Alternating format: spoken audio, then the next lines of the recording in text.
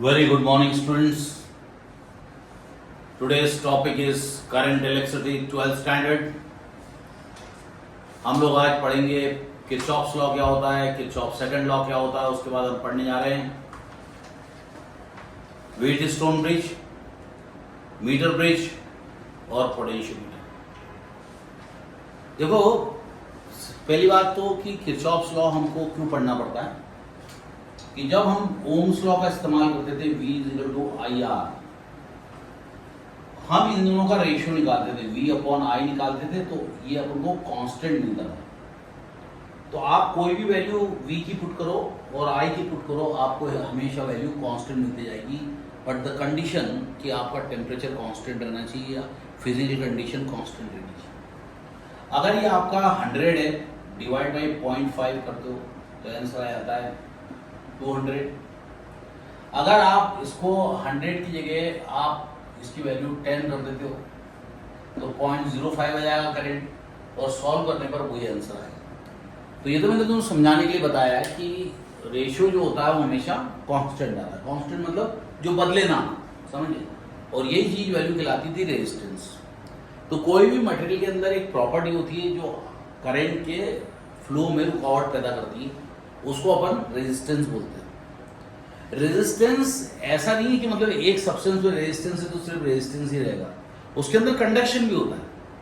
अगर वो थोड़ा बहुत भी अगर इलेक्ट्रिसिटी जान दे रहा है, मतलब कंडक्टर भी, तो हर मटेरियल के अंदर रेजिस्टेंस का भी कैरेक्टर होता है और कंडक्टेंस का भी कैरेक्टर होता है।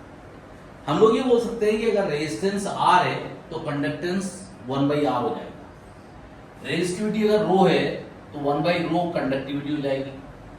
तो अगर कभी भी कंडक्टिविटी पूछ लेते हैं या रेजिस्टिविटी पूछ लेते हैं तो समझ लो क्या लफड़ा है। आप रेजिस्टिविटी निकाल लेते हो, 1/ρ कर दो तो कंडक्टिविटी निकल आएगी। अगर आपसे पूछा गया है कि कंडक्टेंस निकालो तो रेजिस्टेंस निकाल लो, 1/R कर दो, कंडक्टेंस निकल आएगा। अब हम लोग थोड़ा आगे बढ़ते हैं कि V = IR जो फॉर्मूला था ओम्स का, वो फॉर्मूला क्या था? सिंपल सर्किट के लिए ठीक था। जैसे अगर एक सर्किट है, उसके अंदर एक रेजिस्टेंस लगा हुआ है और हमें ये सब वैल्यूज निकालनी पड़ रही तो ठीक है। लेकिन अगर कॉम्प्लिकेटेड सर्किट है तो क्या करेंगे? उसके लिए दो लॉ है इसके, किरचॉफ्स के। पहला लॉ क्या होता है कि किसी भी जंक्शन पे जितना करंट आता है उतना ही चले जाता है। तो ये आने वाले करंट को I1 बोल दो, ये आने वाले करंट को I2 बोल दो, ये जाने वाले करंट को I3 बोल दो, उसको I4 बोल दो, उसको I5 बोल दो। आपको एरो बनाना जरूरी है, जंक्शन की जगह J लिख दो, कुछ भी लिख दो आप। अब आपको क्या बोलना पड़ेगा? आने वाले करंट को पॉजिटिव लेते हैं, जाने वाले करंट को नेगेटिव लेते हैं। Algebraic sum of the all currents at the junction is equal to 0। तो I1 plus I2 minus I3 minus I4 minus I5 is equal to 0। इसका मतलब I1 plus I2 is equal to I3 plus I4 plus I5, बीच में equal to का sign आ जाएगा। तो जितना करंट आता है उतना ही करंट चले जाता है। तो ये किस लॉ पे बेस्ड होता है, किस चीज पे बेस्ड होता है? ये कंजर्वेशन ऑफ चार्जेस पे बेस्ड होता है। बहुत कम आवाज आ रही है। कंजर्वेशन ऑफ चार्जेस पे बेस्ड होता है फर्स्ट लॉ, और कंजर्वेशन ऑफ एनर्जी पे बेस्ड होता है second law. Kirchhoff second law किसी क्लोज मैश की बात करता है। क्लोज मैश अगर है, मेरे पास अगर एक क्लोज मैश है, ये क्लोज मैश है, ये प्लस है, ये माइनस है, और ये प्लस है, ये माइनस है, समझिए। यहाँ पे मैंने एक रेजिस्टेंस लगा दिया, यहाँ पे एक रेजिस्टेंस लगा दिया, और मान लो यहाँ से मैंने सप्लाई दे दी। ये छोड़ो, ये बीच में सप्लाई दे देते हैं। ये दो सप्लाई ऑलरेडी दी हुई है बनने। इसका रेजिस्टेंस लो R1, इसका रेजिस्टेंस लो R2। देखो इधर आप ये देखोगे तो इसमें जो करंट फ्लो हो रहा है वो I1 हो जाएगा, इसमें जो करंट फ्लो हो रहा है वो I2 हो जाएगा। I1 और I2 क्यों लिखते हैं हम लोग? क्योंकि अगर एक 1 एम्पियर करंट है तो दूसरा हो सकता है 1.8 हो या 2.7 हो। तो दोनों करंट की वैल्यू अलग अलग है, दोनों रेजिस्टेंस की वैल्यू अलग अलग है, दोनों की EMF की वैल्यू अलग अलग है, इसलिए अपन E1 और E2 लिख रहे हैं। अब अगर ओम्स लॉ यहां पे लगाते हैं तो होता है इनसाइड एनी क्लोज मैश और loop algebraic sum of the potential difference. Potential difference क्या होगा इसका? रेजिस्टेंस के बाद पास जो पोटेंशियल डिफरेंस होता है V = IR, तो क्या हो जाएगा? V = I1 R1। समझिए, क्योंकि पैरेलल अगर कनेक्शन हुआ जो भी है, तो पोटेंशियल क्या हो जाएगा, V1 ले लो, चलो इसको V1 इज इक्वल टू जाएगा I1 R1। अब इसका पोटेंशियल निकालेंगे तो क्या होगा, V2 is equal to I2 R2 हो सकता है, यानी कि पोटेंशियल डिफरेंस होता है IR, समझिए, करंट इनटू रेजिस्टेंस। तो उसकी दो डेफिनेशंस बनती है। एक तो डेफिनेशन ऐसी बनती है कि in any close mesh algebraic sum of the product of current to the corresponding resistance, algebraic sum of product of current to the corresponding resistance is equal to total EMF applied in that closed mesh। इसका मतलब अगर हम लोग उसको ऐसा mash को ले लें और एंटी क्लॉकवाइज अगर अपन जा रहे हैं A, B, C और D में जा रहे हैं, तो अपन क्या करेंगे, देखो ये हमारे करंट का डायरेक्शन है ना, ये करंट का डायरेक्शन है, तो जो आपके मूव करने का डायरेक्शन और करंट का डायरेक्शन सेम रहेगा, उस पोटेंशियल डिफरेंस को प्लस लेना, तो ये हो जाएगा I1 R1। अब जब ये घूम के जाएंगे तो देखो ये है आपका डायरेक्शन जाने का और करंट का डायरेक्शन तो इधर है, दोनों क्या है, अपोजिट है, तो आप क्या लगा लोगे, माइनस I2 R2। मैंने बताया था sum of, algebraic sum of, यानी प्लस भी हो सकता है माइनस भी हो सकता है, algebraic sum of the product of corresponding to current to the corresponding resistance is equal to the total EMF applied in that close mesh. देखो इस डायरेक्शन से अपन जा रहे हैं और उसी डायरेक्शन में बैटरी लगी, देखो ये प्लस है और ये माइनस है, तो इसको अपन ले लेंगे प्लस। अब देखो इधर हम लोग यू जा रहे हैं और करंट बैटरी का यू जा रहा है, तो ये ले लेंगे माइनस, तो ये हो जाएगा E1 माइनस E2। एक तो ये फॉर्मूला बनता है, लेकिन इस फॉर्मूले पे बेस्ड न्यूमेरिकल सॉल्व मत करना, थोड़ा कॉम्प्लिकेशंस पैदा हो जाएंगे। हम लोग एक और मेथड इस्तेमाल करते हैं, हमारा रास्ता क्या है, A B C D A, वापिस आ गया A पे, है ना। अब हम लोग किरचॉफ लॉ लगाएंगे। देखो इधर पहले अपन वो बोलता है, एक और अगर ये माइनस साइन अंदर ले लेते अपन, तो sum of EMF with the product potential difference is equal to 0। एक और इसकी डेफिनेशन बनती है, वो करते हैं अपन लोग। अब अपन क्या करेंगे, इक्वल्स टू 0 वाला फॉर्मूला लगाएंगे। आप देखो इधर यहाँ पे ये क्या है, माइनस है और ये प्लस है, तो इसको बोलेंगे लो और इसको बोलेंगे हाई। तो जब अपन चढ़ाई पर चढ़ते हैं, ऊंचाई पे जाते हैं, लो से हाई पे जाते हैं, तो अपनी पोटेंशियल एनर्जी बढ़ जाती है।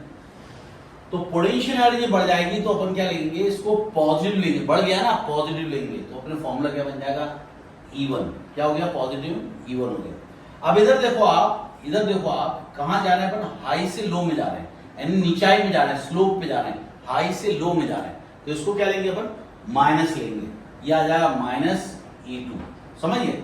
अब इसी तरह से इसके लिए भी करना पड़ेगा। हम लोग कहां से कहां जा रहे हैं, देखो करंट यूं आ रहा है, करंट क्या आ रहा है, यूं आ रहा है, देखो करंट का डायरेक्शन ये हाई है और ये लो है, लेकिन अपन तो यूं जा रहे हैं, अपन तो यूं जा रहे हैं, करंट हाई से लो में आ रहा है, तो हमारा डायरेक्शन क्या है, लोअर टू हायर, यानी ऊंचाई पे चढ़ रहे हैं अपन, तो क्या लेंगे, पोटेंशियल डिफरेंस पॉजिटिव, तो ये हो जाएगा प्लस I2 R2। अब देखो इधर देखो हम लोग उसी डायरेक्शन में जा रहे हैं, देखो उसी डायरेक्शन में जा रहे हैं। अब ये हाई है और ये लो है, यानी अब कहां जा रहे हैं, पर हाई टू लो जा रहे हैं। पहले क्या कर रहे थे, पर लो टू हाई जा रहे थे, तो प्लस ले लिया था। अब हाई टू लो जा रहे तो माइनस लेंगे, यानी पोटेंशियल एनर्जी डाउन होगी, तो अपन लेंगे minus I1 R1 is equal to 0।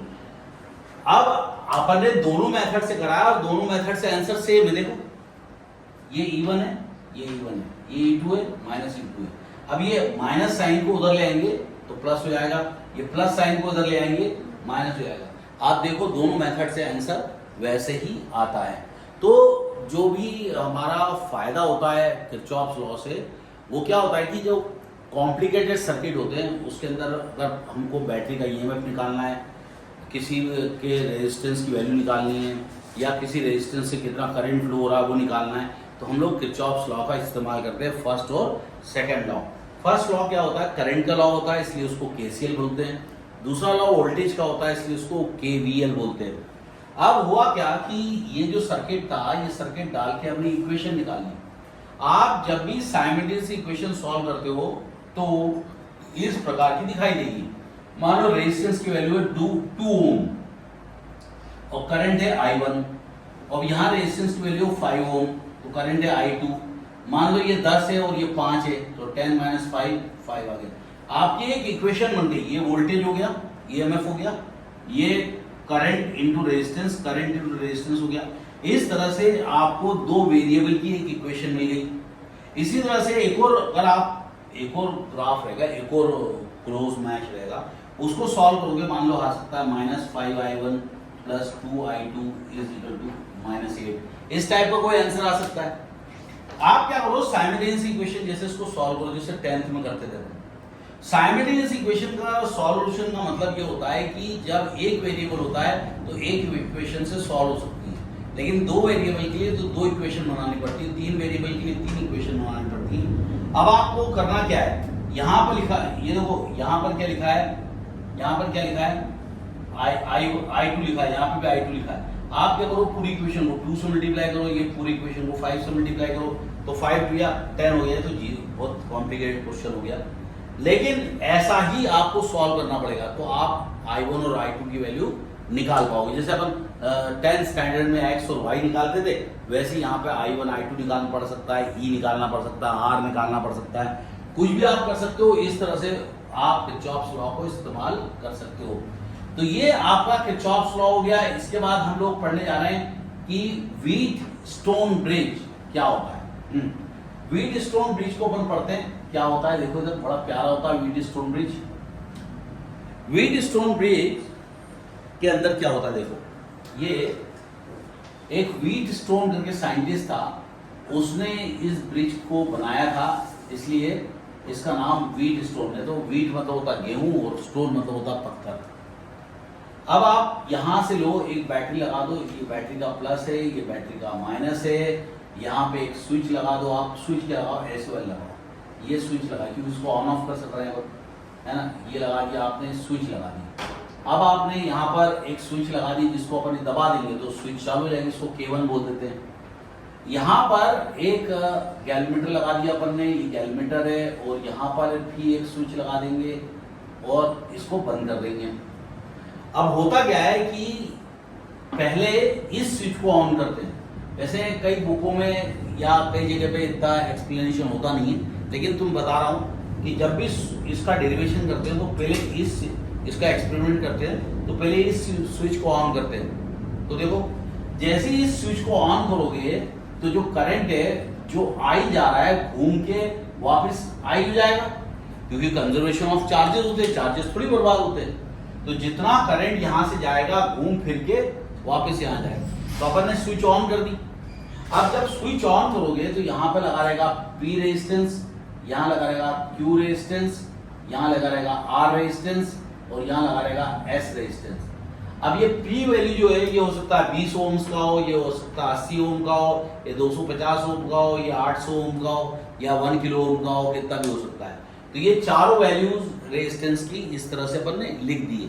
ये एक ब्रिज टाइप का बन गया। देखो ये ब्रिज हो गया, ये एक कॉन्वेक्स ब्रिज बन गया, ये कॉनकेव ब्रिज बन गया, तो ये ब्रिज टाइप का बन जाता है। यहाँ पर भी एक स्विच लगाते हैं, इस स्विच को बोलते हैं K2। तो पहले हम लोग क्या करते हैं, इस स्विच को ऑन करते हैं, बाद में इस स्विच को ऑन करते हैं। अगर ये स्विच ऑन कर देंगे तो इलेक्ट्रोमैग्नेटिक इंडक्शन के अनुसार कुछ इंड्यूस्ड ईएमएफ प्रोड्यूस हो जाएगा और आपको बैलेंस कंडीशन आसानी से मिलेगी नहीं। तो इस क्वेश्चन को सॉल्व करने का तरीका ये होता है कि पहली बात, व्हीटस्टोन ब्रिज अपन क्यों यूज करते हैं। व्हीटस्टोन ब्रिज हम लोग इसलिए यूज करते हैं कि जो किसी भी सर्किट में अगर हमें किसी रेजिस्टेंस की वैल्यू निकालनी है, अगर मान लो ये P वैल्यू अगर अननोन है, ये क्या है, अननोन रेजिस्टेंस, यानी इसकी वैल्यू अपन को मालूम नहीं है, और इस वैल्यू को निकालने के लिए व्हीटस्टोन ब्रिज का इस्तेमाल होता है। कई बार तो अगर बैटरी की वैल्यू निकालनी है तो हम किरचॉफ्स लॉ यूज कर लेते हैं। तो P/Q क्या प्रूफ करना है अपन को, P/Q = R/S। जब इस रेजिस्टेंस की वैल्यू इस रेजिस्टेंस के साथ डिवाइड होती है, इस रेजिस्टेंस की वैल्यू इसके साथ डिवाइड होती है, और दोनों के आंसर सेम आ जाते हैं, तो यहां से करंट फ्लो होना बंद हो जाता है। यानी कि गैल्वेमीटर क्या दिखाएगा, जीरो डिफ्लेक्शन, उसको बोलते हैं नल पॉइंट, उसको बोलते हैं नल डिफ्लेक्शन। तो जब गैल्वेमीटर जीरो डिफ्लेक्शन दिखाएगा, यानी कि जो G है ये क्या दिखाएगा, IG जो जीरो दिखाएगा। अगर IG जीरो दिखाएगा तो हम बोलेंगे ब्रिज कायम है, ब्रिज बैलेंस्ड है। ब्रिज क्या है, बैलेंस्ड है। अगर IG की वैल्यू जीरो आ गई तो ब्रिज में आई जी की वैल्यू आ गई 0, तो ब्रिज क्या है, बैलेंस है, यानी कि जितना करंट यहां से आएगा वो निकल जाएगा, जितना करंट आएगा यहां से निकल जाएगा, यानी कि एक ऐसा वाला ब्रिज है और एक ऐसा वाला ब्रिज है, बीच में से कुछ नहीं जा रहा, तो बीच में का रास्ता ये है, तो इस करंट को अपन आई जी बोल देते हैं, क्या बोल देते हैं, आई जी। इस करंट को अपन ने आई बोला, तो इस करंट को बोल दो I1, इस करंट को बोल दो I2, इस करंट को बोल दो I3 और इस करंट को बोल दो I4।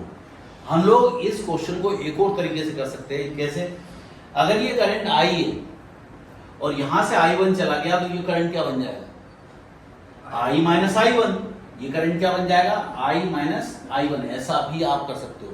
और ये करंट क्या बन जाएगा, ये बन जाएगा I1 माइनस IG, है ना, ये IG तो नीचे चला गया, IG तो नीचे चला गया, तो ये करंट क्या बन जाएगा, I1 माइनस IG। अब देखो ये पॉइंट पे कौन सा करंट आ रहा है, एक तो I माइनस I1 आ रहा है, दूसरा ये ऊपर जा रहा है, ये करंट क्या है, देखो आपको क्या करना पड़ेगा, यहां पर IG भी आ रहा है, देखो स्विच ऑन कर दिया अपन ने, IG भी आ रहा है, ये भी आ रहा है, समझिए, सबको ऐड कर देंगे, तो ये वाला जो करंट है I4 ये बन जाएगा I minus I1 plus IG is equal to I4। ये सब ना Kirchhoff second law, first law लग रहा है, जितना भी फर्स्ट लॉ होता है ना, जंक्शन पे लॉ लगाते हैं वही लग रहा है। तो ये सिर्फ अपन ने समझा है, अपन क्या कर रहे हैं, ये मेथड से तुम सॉल्व करके देखना घर पे, मैं तुम्हें सिंपल मेथड से बता रहा हूं, I1 I2 I3 I4, और बैलेंस कंडीशन में क्या होता है, IG 0 हो जाता है। प्रूफ क्या करना है, P by Q equals to R by S. ये देखो इसको और डिटेल में अपन समझते हैं। अगर इसकी वैल्यू मान लो 50 है और इसकी वैल्यू मान लो 10 है, तो 50, ये नीचे वाले की मान लो इसकी वैल्यू 10 है, तो 50 डिवाइड बाई 10 करेंगे तो आंसर क्या आएगा, 5 आएगा, है ना।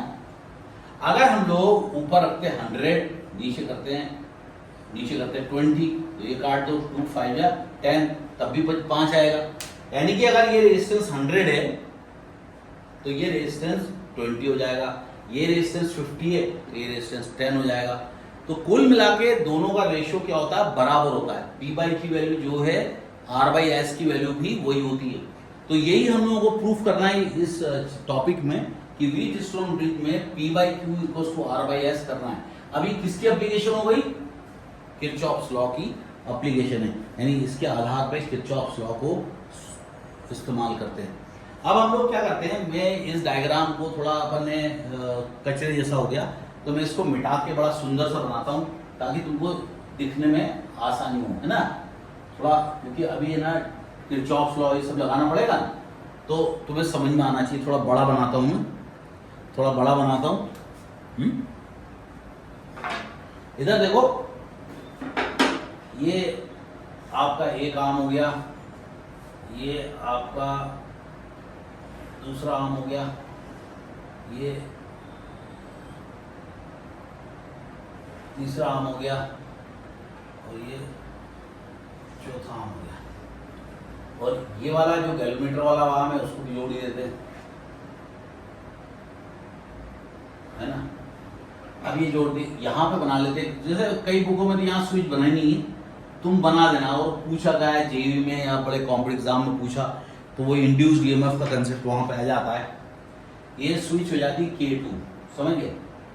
और यहाँ आ गया, एक बैटरी लगा दी अपन ने प्लस, ये बैटरी लगा दी माइनस। जैसे बैटरी नहीं ऐसे करके बनाना पड़ता है, बैटरी को एक ऐसा डंडा लगाना पड़ता है, फिर ऐसा बनाना पड़ता है। ये बैटरी होती, इसको अपन मान लेते E, है ना। अब यहाँ पे बना देते एक स्विच, इस स्विच को बना देते, इस स्विच का नाम देते K1, वो K2 हो गया क्योंकि K1 को पहले दबाना है, यानी कि इसको फर्स्ट प्रेस करना पड़ता है। फर्स्ट प्रेस यानी किसको प्रेस करना पड़ेगा, फर्स्ट को। और ये आपका आ गया कनेक्शन, है ना, ये पूरा कनेक्शन हो गया। अब यहाँ पे अपन रेजिस्टेंस लगाते हैं, यहाँ पे एक रेजिस्टेंस लगाते हैं, यहाँ पे एक रेजिस्टेंस लगाते हैं और यहाँ पे एक रेजिस्टेंस लगाते हैं। आई समझ। अब जो गैल्वेमीटर होता है, गैल्वेमीटर भी एक प्रकार का रेजिस्टेंस होता है, समझिए। लेकिन हम लोग गैल्वेमीटर की जगह G लिख रहे हैं, यानी गैल्वेमीटर का जो रेजिस्टेंस होता है, गैल्वेमीटर का जो रेजिस्टेंस होता है वो कैपिटल जी होता है, समझ गए। गैल्वेमीटर के रेजिस्टेंस को क्या लेते हैं, कैपिटल जी लेते हैं। और यहाँ पर जो करंट फ्लो हो रहा है उसको क्या ले रहे हैं अपन, आई जी ले रहे हैं, यानी गैल्वेमीटर से जो करंट फ्लो हो रहा है उसको क्या ले रहे हैं अपन, आई जी, है ना। अभी अपन ने क्या करा, इसका नाम दे दिया P, इसका नाम दे दिया Q, इसका नाम दे दिया R, इसका नाम दे दिया S। मेरा मेथड ऐसा ही है, समझ गए। अब जैसे अगर मैंने यहाँ पे करंट I दिया है ना, और ये काम करते स्मॉल आई ले लेते, यहाँ करंट I दिया है, तो ये I घूम घूम के कितना भी घूम जाए, समझ रहे ना। जैसे जैसे यहाँ पे 3 एम्पियर चला गया है, यहाँ 2 एम्पियर चला गया, तो घूम फिर के वापस उतना ही एम्पियर हो जाएगा 5। अगर यहाँ पर 5 एम्पियर है तो यहाँ से भी 5 एम्पियर जाएगा, कंजर्वेशन ऑफ चार्जेस। और इस तरह से इसको अगर मैंने ऑन कर दिया तो ये करंट फ्लो होना बंद हो जाता है। तो जितना करंट मैंने दिया था उतना ही करंट वापस बैटरी के अंदर आ जाता है। लेकिन हम मान लेते हैं कि जो आई करंट है वो डिवाइड हो गया, टूट गया ना, कुछ करंट यहाँ चला गया, कुछ करंट यहाँ चला गया। इस करंट को मैं मान लेता हूँ I1 और इस करंट को मान लेता हूँ मैं I2, इस करंट को मान लेता हूँ I3 और इस करंट को मान लेता हूँ I4। वैसे देखा जाए तो मैं इस करंट को मान सकता हूँ, जैसे I1, इसको मान लिया I1, तो इसको मान लूंगा मैंने I-I1। जब न्यूमेरिकल सॉल्व करोगे ना इसके ऊपर बेस न्यूमेरिकल, तो ऐसे ही लेना, I1, I2, I3, I4 लोगे ना, कॉम्प्लिकेशंस नहीं, क्योंकि वेरिएबल बढ़ गए, कॉम्प्लिकेशंस बढ़ गए। आप यही मेथड इस्तेमाल करना, लेकिन फिलहाल अपन डिराइव कर रहे हैं तो अपन I1, I2, I3, I4 ले लिया। अब ये करंट, इनका नामकरण कर देते अपन। तो इसका नाम दे दो A, इसका नाम दे दो B, इसका नाम दे दो C और ये D। तो जब आपका सर्किट ये ऑन हो जाएगा, ये करंट फ्लो होना सब बंद चालू हो जाएगा, तो इसको बंद, स्विच ऑन कर देना, ऑन कर देना, इसको भी ऑन कर देना। ये 2 नंबर पे ऑन होगा और ये 1 नंबर पे ऑन होगा, है ना। तो पहले अपन ने क्या करा, इस स्विच को ऑन करा, करंट डूब गया, ये बढ़ गया, यहाँ से कुछ यहाँ से भी आ गया होगा और ऐसे करके चला गया। लेकिन बैलेंस कंडीशन में यहाँ पे करंट 0 हो जाता है, यानी कि गैल्वेमीटर क्या देता है, 0 डिफ्लेक्शन। गैल्वेमीटर के रेजिस्टेंस को कैपिटल G मान लेते हैं। जैसे इसका रेजिस्टेंस P है, ये P वैल्यू जो दी अपन ने एक वेरिएबल है, ये 30 ओम हो सकता है, 50 ओम हो सकता है, 200 ओम हो सकता है, 1 मेगा ओम हो सकता है, कुछ भी हो सकता है। तो वो बोलता है कि हमें प्रूफ क्या करना है, P/Q = R/S। अगर वाकई में ऐसी कंडीशन आ गई कि इसका रेजिस्टेंस का वैल्यू इसके साथ, इसके रेजिस्टेंस की वैल्यू इसके साथ रेशियो अगर सेम आ गया, तो यहां से करंट फ्लो होना क्या हो जाएगा, बंद। तो इसको बोलेंगे बैलेंस कंडीशन। बैलेंस कब होता है, जब IG = 0, IG की वैल्यू क्या हो जाएगी, 0, तो कंडीशन क्या हो गई, बैलेंस। इसको बोलेंगे बैलेंस्ड। हमारा ब्रिज क्या है, बैलेंस्ड है ना। तो हमारा ब्रिज बैलेंस कब होगा बताओ, वाट लग गई तुम्हारी। जब गैल्वेमीटर से करंट फ्लो होना बंद हो जाए तब कंडीशन क्या कहलाती है, बैलेंस। बैलेंस कंडीशन में क्या रेजिस्टेंस की रिलेशन होता है, P/Q = R/S। अगर इन दोनों रेजिस्टेंस का रेशियो और इन दोनों का रेजिस्टेंस का रेशियो बराबर हो जाए तो ऐसा हो सकता है। लेकिन अगर R नीचे ले आए और Q ऊपर ले आए तो एक और रिलेशन बन सकता है, लेकिन दोनों कंडीशन सही है, समझ गए। आप इसको इंटरचेंज कर दोगे तब भी आंसर हो जाएगा, समझ गए। तो P/Q = R/S हो गया, तो हमारी कंडीशन क्या होती है, बैलेंस कंडीशन होती है। और बैलेंस कंडीशन में गैल्वेमीटर की क्या स्थिति होती है बताओ, करंट नहीं दिखाता, करंट नहीं दिखाता, करंट फ्लो होना बंद हो जाता है, उसको बोलते हैं IG = 0। अब अपन ने क्या किया कि जो करंट I जा रहा था ये 2 भागों में टूट गया, I1, I2। यहाँ I2 लिखा ही नहीं, ये I2 करंट हो गया, फिर I3 हो जाएगा है ना, ये I3 करंट हो गया, वो I4 हो गया। अब अपन इनको सॉल्व करते हैं। तो देखो पहले अपन क्या करते हैं, इन दोनों पॉइंट पे जंक्शन का लॉ लगाते हैं। क्या लगाते हैं, जंक्शन लॉ, यानी कि किरचॉफ्स करंट लॉ लगाते हैं, समझिए। At C and D, C और D एक जंक्शन है। क्यों जंक्शन है बताओ, तुम बताओ, तुम बताओ, तुम बताओ। C और कौन सा, जब बहुत सारे वायर किसी पॉइंट पे आके जुड़ जाते हैं उसको जंक्शन बोलते हैं। तेरा तो दिमाग में घुसता नहीं, क्वेश्चन क्या पूछता है ध्रुव पांडे। केसीएल लगा रहे अपन सी और डी पॉइंट पे। चलो एट सी, अपन क्या लगाएंगे एट सी। चलो एट सी लगाते हैं, क्या होता है देखो। कौन सा करंट जंक्शन पे आ रहा है बताओ। I1 बोलो ना, क्या ध्रुव पांडे बोलो। तो करंट I1 आ रहा है, जिसको क्या लेंगे पॉजिटिव, है ना। कौन सा करंट सी जंक्शन से जा रहा है देखो, ये I2 जा रहा है और ये भी जा रहा है ना। तो क्या लेंगे minus IG minus I4 is equal to 0। Equation number 1 I2 equals to 0, है ना। Equation number 1। अब डी जंक्शन पे लगाते हैं एट डी। कौन सा लगाया अपन ने डी जंक्शन। चलो डी जंक्शन का बता, जल्दी बता। जा रहा आ रहा करते रहे तू। I1 हो जाएगा, I3 हो जाएगा पॉजिटिव, IG हो जाएगा पॉजिटिव और I4 हो जाएगा नेगेटिव इक्वल्स टू 0। ध्रुव पांड्या तुम लोग। और इस तरह से हमने ये दो इक्वेशन निकाल ली। अब हम लोग क्या करेंगे बैलेंस कंडीशन इस्तेमाल करेंगे। क्या करेंगे बैलेंस कंडीशन का इस्तेमाल करेंगे। बैलेंस कंडीशन में क्या होता है बताओ ध्रुव पांड्या। तो IG की वैल्यू 0 होती है। IG की वैल्यू क्या होती है 0 होती है। जब IG की वैल्यू 0 होती है तो पुट इन बोथ इक्वेशन, दोनों इक्वेशन में अपन पुट कर देते हैं। अपन इसकी वैल्यू 0 पुट करेंगे, क्या आएगा I1 is equal to I2 and I3 is equal to I4। जिस ध्रुव पांडे को ये इक्वेशन नहीं आई है वो फिर से 3rd स्टैंडर्ड 4th स्टैंडर्ड में एडमिशन लो, वो पढ़ाए, और तब भी एडमिशन समझ में नहीं आ रहा तो बड़ा पाव बेचो। तो ये वैल्यू को उधर ले गए इसलिए पॉजिटिव हो गई। अब इस इक्वेशन को अपन दे देते हैं 3 और 4, ये काम आने वाली है। इसका मतलब what ever current this side the same amount of current you will find this side because this current is 0। अगर ये 3 एम्पियर है तो ये भी 3 एम्पियर होगा, ये 2 एम्पियर है तो ये भी 2 एम्पियर होगा। तो जब बैलेंस कंडीशन होती है तो ब्रिज से ही सारा करंट चले आता है, जो बीच का हिस्सा होता है उससे कोई करंट नहीं जाता। गैल्वेमीटर क्या डिफ्लेक्शन दिखाता है बताओ 0 दिखाता है, क्योंकि गैल्वेमीटर से करंट ही नहीं जा रहा तो 0 डिफ्लेक्शन दिखाएगा। और इस तरह से हमने क्या निकाला I1 की वैल्यू और I2 की वैल्यू आपस में बराबर है और I3 और I4 आपस में बराबर है। अब हम लूप लॉ लगाएंगे। क्या लगाएंगे किरचॉफ्स वोल्टेज लॉ, है ना। अब लूप लॉ लगाएंगे तो जो लूप लोगे वो एक जैसे लेना, यानी हम जो मूवमेंट कर रहे हैं वो एक जैसा करना। देखो इधर ये लो आप डी, ये डी बना लो। डी बना लिया आपने, है ना। यहाँ पे भी एक डी बना लो, रेड कलर से बनाएंगे तो ज्यादा अच्छा रहेगा। ये रेड कलर से बनाते हैं।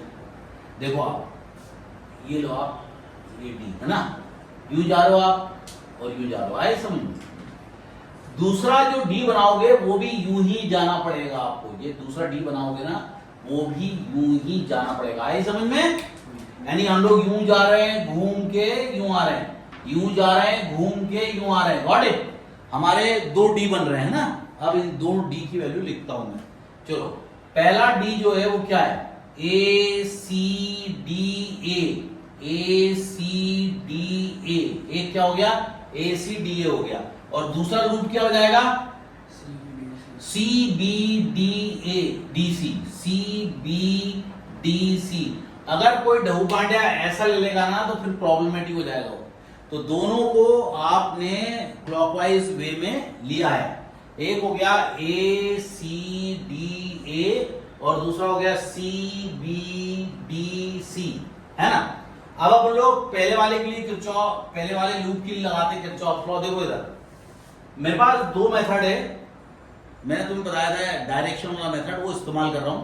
वैसे तुम वो जो हाई से लोअर में जाते हैं पोटेंशियल एनर्जी कम हो रही है वो भी इस्तेमाल करके कर सकते हो, लेकिन मेरे मेथड से जाओगे तो मेहनत नहीं करनी पड़ेगी। नो टेंशन इन लोग क्या। देखो इधर ये अपने जाने का डायरेक्शन है और ये करंट का भी डायरेक्शन सेम है, तो क्या लेंगे पॉजिटिव। तो ये हो जाएगा I1P हो जाएगा ना, V is equal to IR। अब जब ये घूम के आएंगे तो ये करंट क्या है IG और ये रेजिस्टेंस क्या है कैपिटल G। दोनों का डायरेक्शन सेम है, करंट का भी डायरेक्शन सेम है, हमारा भी डायरेक्शन सेम है। तो ये हो जाएगा प्लस आई जी कैपिटल जी, है ना। अब ऊपर जा रहे हैं, पर ऊपर जा रहे हैं, देखो करंट नीचे जा रहा है और हम ऊपर जा रहे हैं, तो माइनस हो गया, तो ये हो जाएगा माइनस I3 है ना, I3 R is equal to 0। तो इसमें बैटरी तो है ही नहीं ना, बैटरी होती तो बैटरी पे जाती, लेकिन उस लूप में बैटरी कहाँ है, नहीं है, इक्वल टू 0। अब हम लोग क्या करेंगे, दूसरा मैश निकालेंगे। दूसरा मैश ले लो, चलो दूसरा मैश बताओ। अब देखो हमारे जाने का डायरेक्शन सेम है और इसका भी सेम है, तो इसको पॉजिटिव लेंगे, है ना। गुड, ऐसे बोलते रहोगे ना तो तुम्हारा इन्वॉल्वमेंट रहेगा, नहीं बोलोगे ढऊ पांड्या बन के बैठे रहोगे और रिजल्ट आएगा आखिरी में ढऊ पांड्या से रिजल्ट आएगा। अब देखो अपन नीचे आ रहे हैं, देखो इधर अपन नीचे आ रहे हैं और करंट ऊपर जा रहा है, दिख रहा है, तो ये माइनस लेंगे, ये हो जाएगा माइनस I4S। अब देखो अपन ऊपर जा रहे हैं और करंट नीचे आ रहा है IG, तो माइनस हो जाएगा, माइनस IG इक्वल टू 0। अगर हम यहां पर लूप लॉ वो लगा दें बैलेंस कंडीशन, तो बैलेंस कंडीशन लगाएंगे, जो लाल पेन से लिखता हूं बैलेंस कंडीशन।